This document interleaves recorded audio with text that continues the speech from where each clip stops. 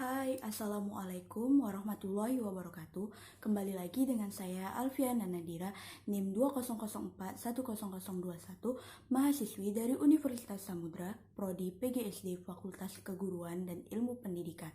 Pada video kali ini, saya akan menyampaikan materi pembelajaran, bimbingan dan konseling dengan dosen pengampu Ibu Rapita Aprilia SPD MPD tentang teknik-teknik memahami perkembangan murid. Mengapa sih seorang guru harus memahami perkembangan peserta didik?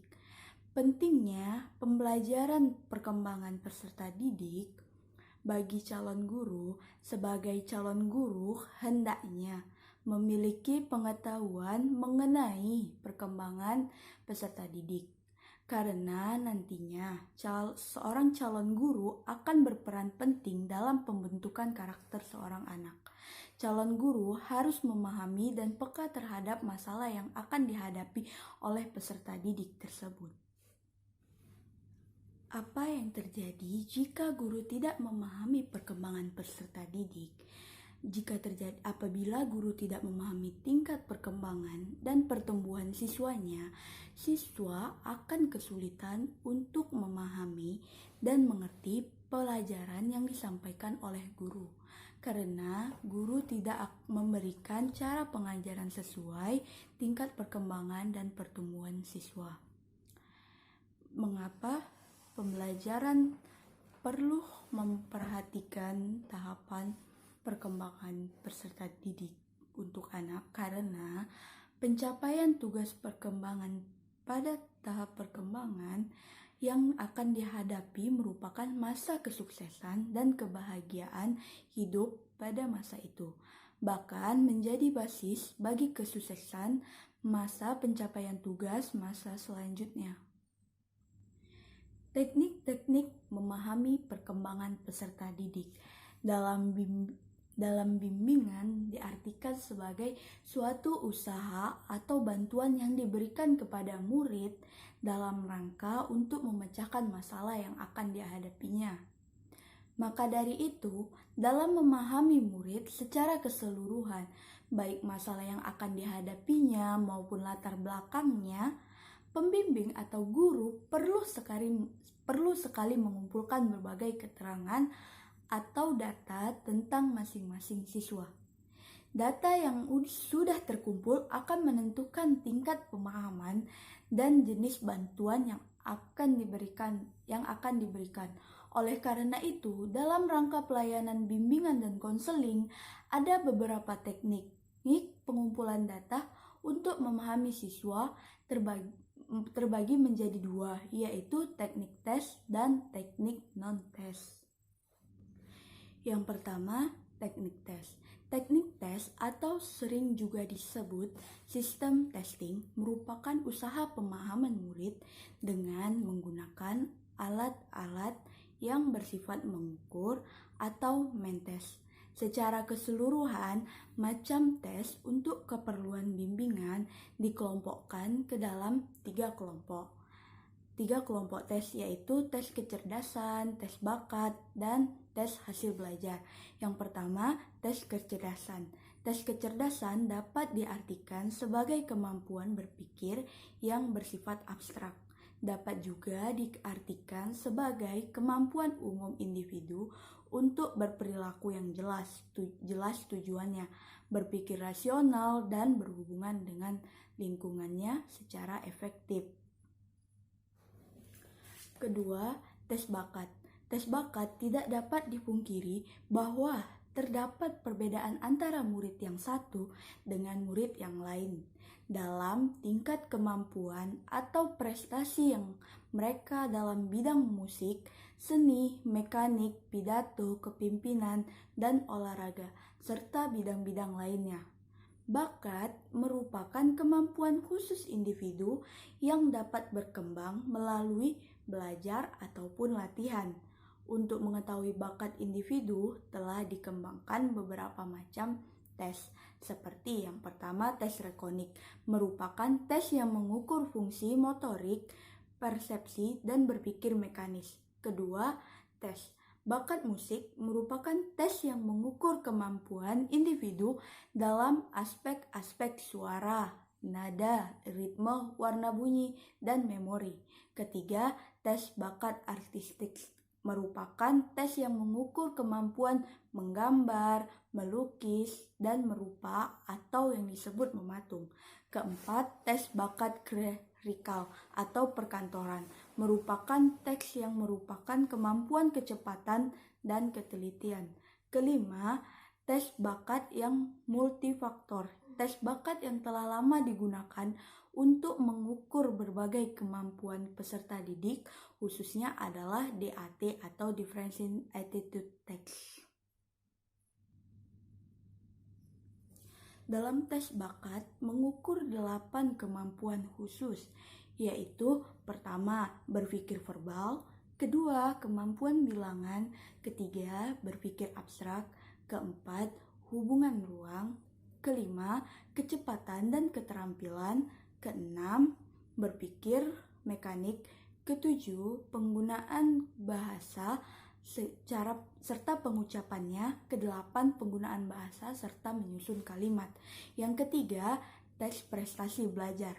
Tes prestasi belajar adalah suatu perangkat, kegiatan, atau alat yang dimaksudkan untuk mengukur ketercapaian tujuan pembelajaran yang telah dirancang sebelumnya dalam domain kognitif, afektif, dan psikomotorik.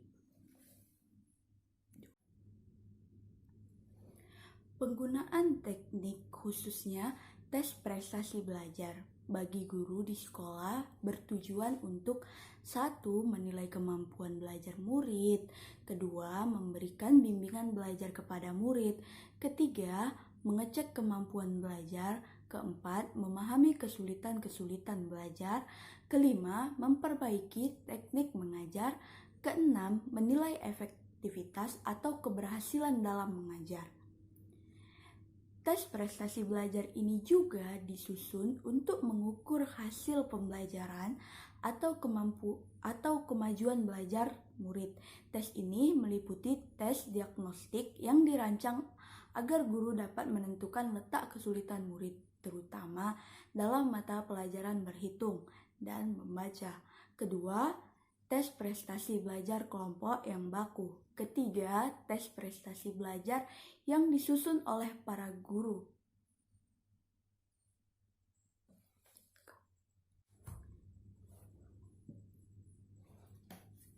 Penggunaan teknik khususnya tes prestasi belajar bagi guru di sekolah bertujuan untuk pertama, menilai kemampuan belajar murid, kedua, memberikan bimbingan belajar kepada murid, ketiga, mengecek kemajuan dalam belajar, keempat, memahami kesulitan-kesulitan belajar, kelima, memperbaiki teknik mengajar, keenam, menilai efektivitas keberhasilan dalam mengajar.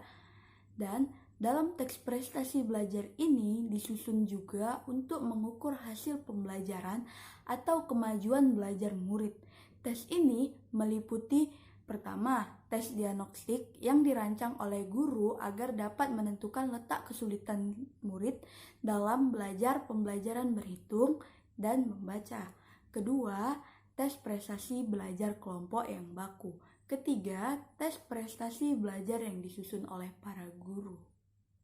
Kedua, teknik non-tes. Teknik non-tes merupakan prosedur pengumpulan data yang dirancang untuk memahami pribadi murid yang ada pada umumnya bersifat kualitatif. Teknik ini terdiri dari 2 tahap. Yang pertama, teknik non-tes 1 seperti observasi, wawancara, dan angket. Sedangkan teknik non-tes yang kedua seperti catatan anekdot, autobiografi, sosiometri, dan studi kasus. Teknik non-tes pertama, observasi. Observasi atau pengamatan yaitu teknik atau cara untuk mengamati suatu keadaan atau suatu keadaan tingkah laku. Observasi memiliki ciri-ciri sebagai berikut. Yang pertama, dilakukannya sesuai dengan tujuan yang dirumuskan terlebih dahulu. Kedua, direncanakan secara sistematis. Ketiga, hasilnya dicatat dan diolah sesuai dengan tujuan. Keempat, perlunya diperiksa ketelitiannya. Nah, teknik observasi ini dapat dikelompokkan ke dalam beberapa jenis, yaitu pertama, observasi sehari-hari, yaitu observasi yang tidak direncanakan dengan seksama karena pengamatan ini dikerjakan sambil mengerjakan tugas rutin, juga tidak memiliki pedoman dan dilaksanakannya secara insidental terhadap tingkah laku murid yang menonjol atau menyimpang. Contohnya, guru mengamati perilaku murid pada saat mengikuti pelajaran sehari-hari.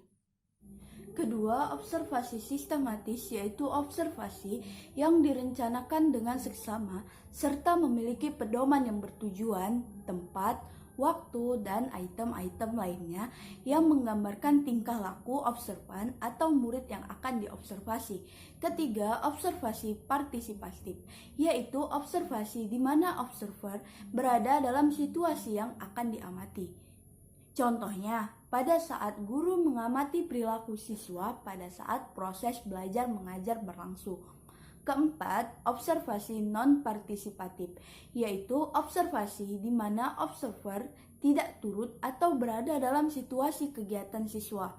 Contohnya, guru mengamati tingkah laku seorang siswa yang sedang belajar dengan guru lain. Kedua, wawancara. Wawancara merupakan suatu teknik untuk mengumpulkan informasi melalui komunikasi secara langsung dengan respon atau orang yang diminta informasi. Dalam hal ini bisa murid, orang tua murid, teman-temannya, atau orang lain yang diminta untuk keterangannya tentang murid. Contoh penggunaan wawancara ini seperti guru ingin mengetahui informasi dari murid yang sering bolos dari sekolah. Di sini, guru dapat mengajukan pertanyaan tentang identitas orang tua, jarak tempat tinggal, perhatian orang tua terhadap belajar murid, keadaan ekonomi, kegiatan sehari-hari yang dilakukan oleh murid, dan alasannya mengapa sering bolos dalam pelajaran, minat bersekolah, dan lain-lainnya. Ketiga, angket. Angket atau kuesioner merupakan alat pengumpulan data atau informasi melalui komunikasi secara tidak langsung, yaitu melalui tulisan.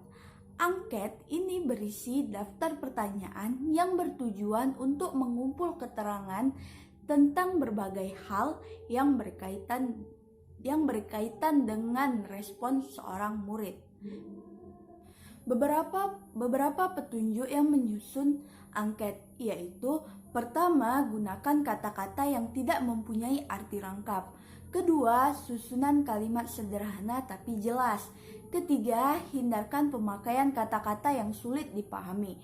Keempat, hindarkan pertanyaan-pertanyaan yang tidak perlu. Kelima, selanjutnya pertanyaan jangan bersifat memaksa untuk dijawab. Keenam, hindarkan kata-kata yang bersifat negatif atau menyinggung perasaan seseorang ataupun si perespon tersebut. Berikut contoh-contoh angket. Kedua, teknik non-tes kedua. Terdapat yang pertama itu ialah catatan anekdot. Catatan anekdot merupakan catatan otentik hasil observasi yang menggambarkan tingkah laku murid atau kejadian atau sebuah peristiwa dalam situasi yang khusus. Catatan anekdot ini biasanya menyangkut sebuah tingkah laku seorang murid atau kelompok. Catatan anekdot yang baik memiliki syarat objektif, deskriptif, dan selektif. Dengan mempergunakan catatan anekdot, guru dapat memperoleh pemahaman yang lebih tepat tentang perkembangan murid dan penyebab dari gejala tingkah laku murid, serta memudahkan dalam menyelesaikan diri dengan kebutuhan murid. Berikut catatan anekdot. Misal, guru bermaksud mengobservasi seorang murid yang diduga mempunyai masalah. Kita ambil seorang yang bernama Andi, kelas 5. Kita mengobservasinya di tanggal 2 Februari 2007. Peristiwa yang terjadi pada pukul 7:30 semua murid kelas 5 sudah setengah jam mengikuti pelajaran jam pertama. Ketika itu, para murid sedang menyimak penjelasan dari guru. Tiba-tiba, Andi masuk kelas tanpa terlebih dahulu mengetuk pintu. Dia langsung duduk di bangkunya, pakaiannya tampak lusuh dan penampilannya tampak lesu. Pada hari itu, Andi tidak sedikit pun menunjukkan perhatiannya untuk belajar. Melalui catatan anekdot tersebut, guru akan lebih memahami tentang sikap, kebiasaan, atau perilaku seorang murid sehingga memudahkan untuk memberikan bimbingan kepadanya. Kedua, autobiografi atau riwayat atau karangan pribadi. Karangan pribadi ini merupakan ungkapan pribadi murid tentang pengalaman hidup, cita-cita, keadaan keluarga, dan sebagainya. Karangan pribadi ini merupakan cara untuk memahami keadaan pribadi murid yang pada umumnya bersifat rahasia. Penggunaan autobiografi bagi guru bertujuan untuk mengetahui tentang keadaan murid yang berhubungan dengan minat atau cita-cita dan sikapnya terhadap keluarga, guru, atau sekolah, serta dalam pengalaman hidupnya. Ketiga, sosiometri. Teknik ini bertujuan untuk memperoleh informasi tentang hubungan atau interaksi sosial di antara murid. Melalui teknik ini, guru dapat mengetahui tentang murid yang populer atau banyak disenangi oleh temannya, yang terisolir atau tidak terpilih atau tidak disenangi temannya, dan kelompok kecil dengan anggota 2-3 murid. Proses ini didasarkan atas penelaahan terhadap perasaan anggota pribadi seorang anggota kelompok terhadap anggota lainnya, yaitu dinyatakan dengan pilihan yang disukai dan yang tidak disukainya oleh masing-masing anggotanya dalam satu situasi. Kedua, autobiografi atau riwayat hidup atau karangan pribadi. Karangan pribadi ini merupakan ungkapan pribadi murid tentang pengalaman hidup, cita-cita, keadaan keluarga, dan sebagainya. Karangan pribadi ini merupakan cara untuk memahami keadaan pribadi murid yang pada umumnya bersifat rahasia. Penggunaan autobiografi bagi guru bertujuan untuk mengetahui keadaan murid yang berhubungan dengan minat atau cita-cita dan sikapnya terhadap keluarga, guru atau sekolah, serta dalam pengalaman hidupnya. Ketiga, sosiometri. Sosiometri ini merupakan teknik yang bertujuan untuk memperoleh informasi tentang hubungan atau interaksi sosial di antara murid. Melalui teknik ini, guru dapat mengetahui tentang murid yang populer atau banyak disenangi dengan temannya, dan yang terisolir atau tidak dipilih atau tidak disenangi oleh banyak temannya, dan klik atau kelompok kecil dengan anggota 2-3 orang murid. Proses teknik ini didasarkan atas penelaahan terhadap perasaan anggota pribadi seorang anggota kelompok terhadap anggota lainnya, yaitu dinyatakannya dengan pilihan yang disukai atau tidak disukai oleh masing-masing anggotanya dalam satu situasi tertentu seperti belajar, bermain, dan olahraga. Keempat, studi kasus. Studi kasus merupakan teknik mempelajari perkembangan seorang murid secara menyeluruh dan mendalam, serta mengungkapkan seluruh aspek pribadi murid yang datanya diperoleh dari berbagai pihak, seperti dari setiap guru, orang tua, dokter, atau pihak yang berwenang.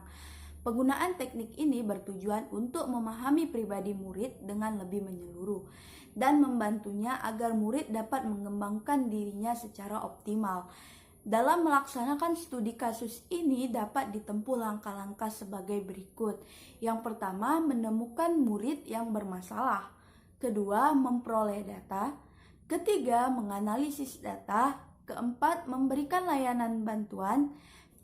Itulah materi yang saya sampaikan tentang teknik-teknik memahami perkembangan murid. Semoga bermanfaat dan terima kasih. Wassalamualaikum warahmatullahi wabarakatuh.